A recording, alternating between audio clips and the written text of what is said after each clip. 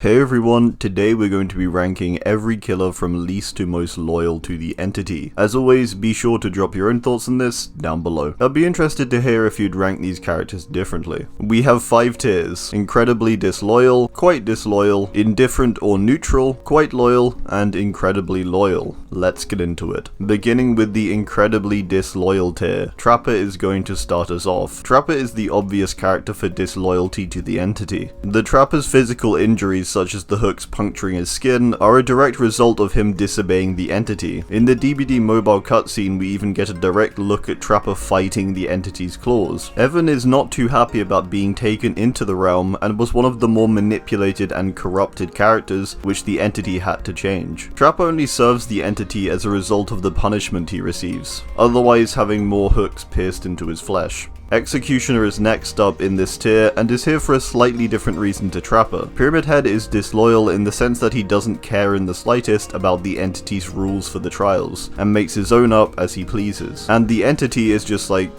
yeah, that's okay I guess.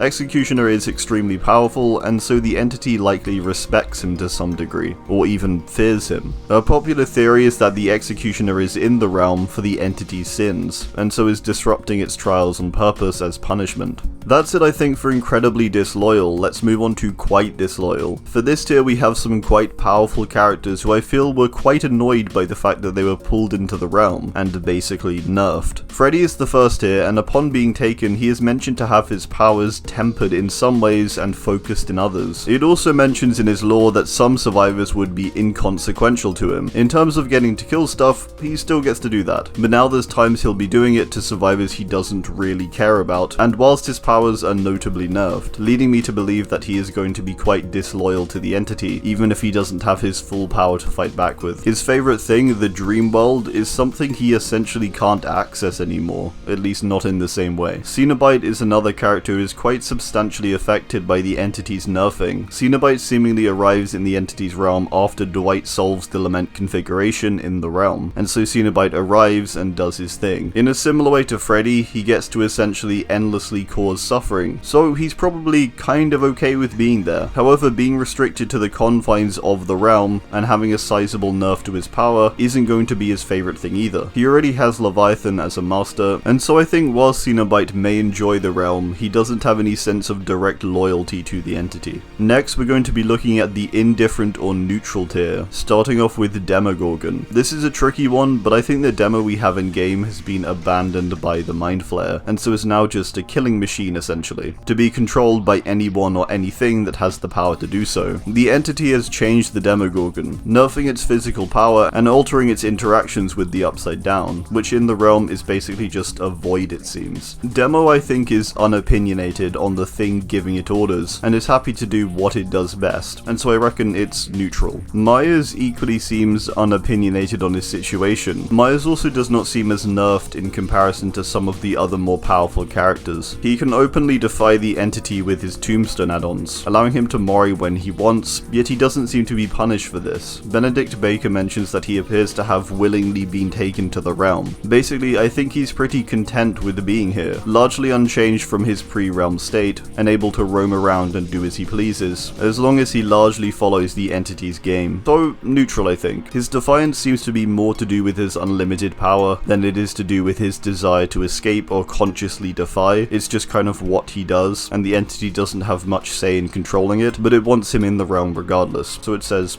fine. The next part of this section I believe contains a lot of the more tragic characters. Let's start with Wraith. Now, Wraith is a character which evidently doesn't want to be in the realm. With that said, compared to someone like Trapper, he doesn't exactly try to leave. I think he's aware of his somewhat dire situation and has accepted the corruption the entity has put in him, that has been following him throughout his life. Just before he is taken, he kills his boss, and he seems quite defeated. I think he feels quite empty after the horrors he's seen, and now just remains compliant compliant to the entity and neutral to what happens to him. Next, let's talk about Nurse. Nurse is a similar situation where she faces many horrors through her life, and paired with the corruption of the entity that follows her, she eventually cracks. I think both of these characters are quite emotionally torn and so now just remain neutral to where they've ended up, still scarred by their past lives. Hag is a character who seems to have been greatly affected by the entity's corruption, as well as the power from the hexes. After she is captured and then escapes, she seems to lose a great amount of her humanity, becoming a shell of the person she was before. Her lore suggests that there is very little humanity remaining in her. There are hints to the fact that she requires blood to stop her from rotting away, and so being in the realm with an infinite supply of it is probably going to seem alright to her. Equally, I imagine if there is any humanity left, it is opposed to the entity. Equally though, the entity did save her life. After she called upon it to save her, I think it's a reluctant but neutral loyalty. Deathslinger ends his lore by breaking into Hellshire Penitentiary in order to kill both the warden and his former employer, Henry Bayshaw. After this is done and he has been used by those more powerful than him, he appears quite empty and somewhat accepting of the consequences that will come to him as a result, and then the entity takes him. I believe with the opportunity to let his anger out in the realm, he is grateful, yet equally he probably does realize that he is once more a pawn in the entity's game. His laughs and evil chuckles also suggest he is content though, leading me to believe he is neutral to the entity in the end.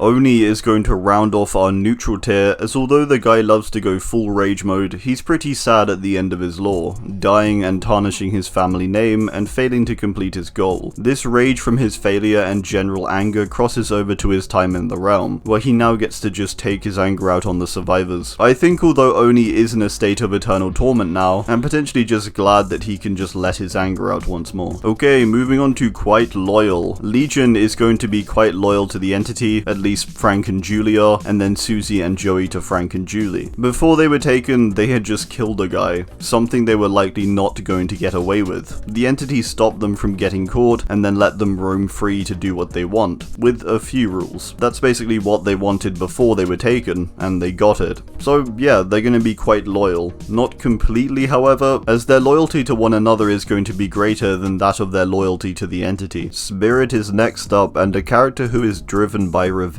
After she is killed by her father, she becomes very angry, and the entity offers her a chance to use that anger. Her lore ends with the entity promising her blood and revenge, and then it says, "An oath was made, and Rin closed her eyes." It seems like in this moment that there is an agreement between the entity and the spirit, and she is essentially agreeing to its terms, for revenge, but also revenge on a much larger scale. This agreement or acceptance of her entrance into the realm suggests she is somewhat loyal to the entity, for giving her a chance at revenge. Free Spirit Rin though?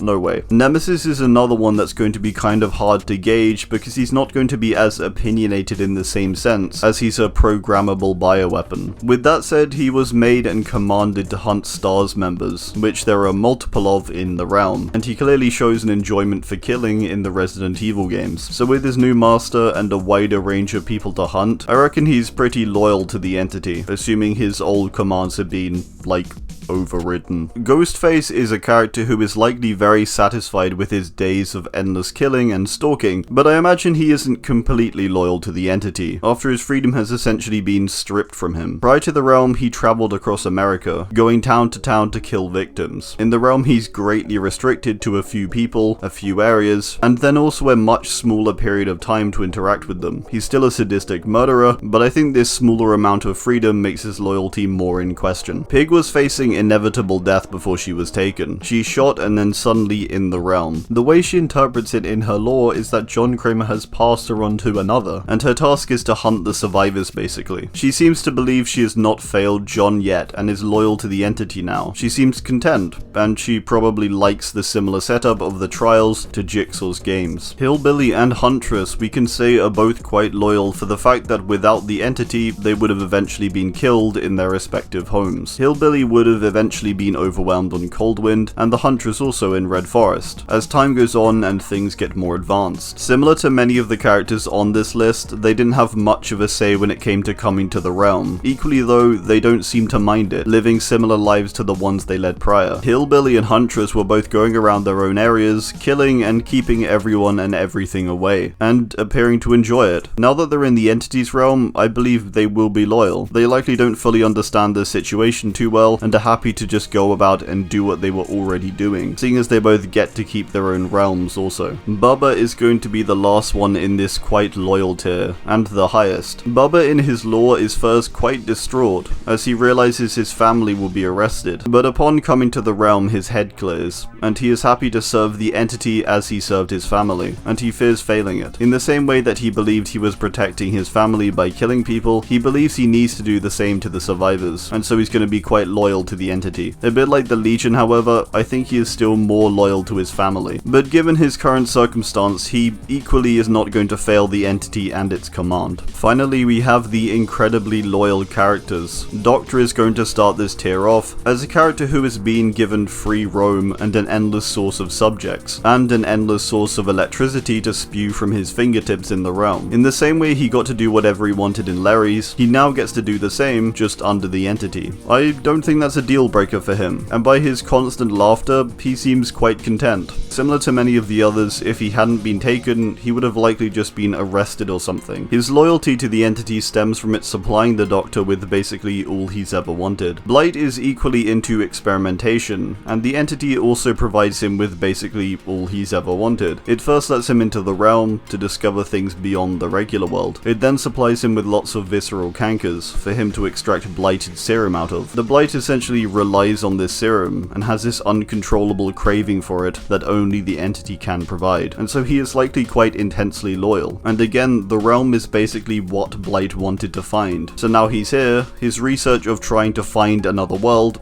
has been completed. Twins are loyal for the sole fact that they are no longer being eternally hunted in the realm. Their perk oppression suggests that they see their infliction of pain as a fair repayment for the years of pain inflicted upon them. The flavor text for oppression reads, "Damn them as they would damn us." Also, the Entity essentially resurrected Victor, who otherwise was dead. Because of the Entity, the two twins are reunited, and so I imagine quite loyal. They may not outright agree with the Entity and its realm, but I don't think they have the desire to object it either. Clown and Trickster are both loyal to the Entity, I would think, in a pretty equal capacity. They both enjoy being in the realm and getting to freely do as they please with minimal rules. Prior to being taken, they were both in situations where they would have eventually been caught and arrested. We can assume they are grateful to a degree toward the Entity and are happy to serve it. I'm gonna say Trickster is slightly above Clown, just for his seeming higher degree of enjoyment. They both laugh throughout the trials and generally are satisfied with the realm. Plague is loyal due to believing the Entity is her god, or at least the god that has saved her people. When she gets taken, she believes that her people have been saved as a result of her servitude, which to our understanding is not the case. She was highly devoted to the voice she heard in her head, killing her mentor, cutting off her own toe, and then sacrificing herself to be the Entity's servant, and all because she believed it was her savior. This means she is going to be intensely loyal to the Entity, believing this is what she must do to save her people. Alright, well that's gonna do it. I do hope you enjoyed, and be sure to drop your own thoughts on this down below. Thanks, and goodbye.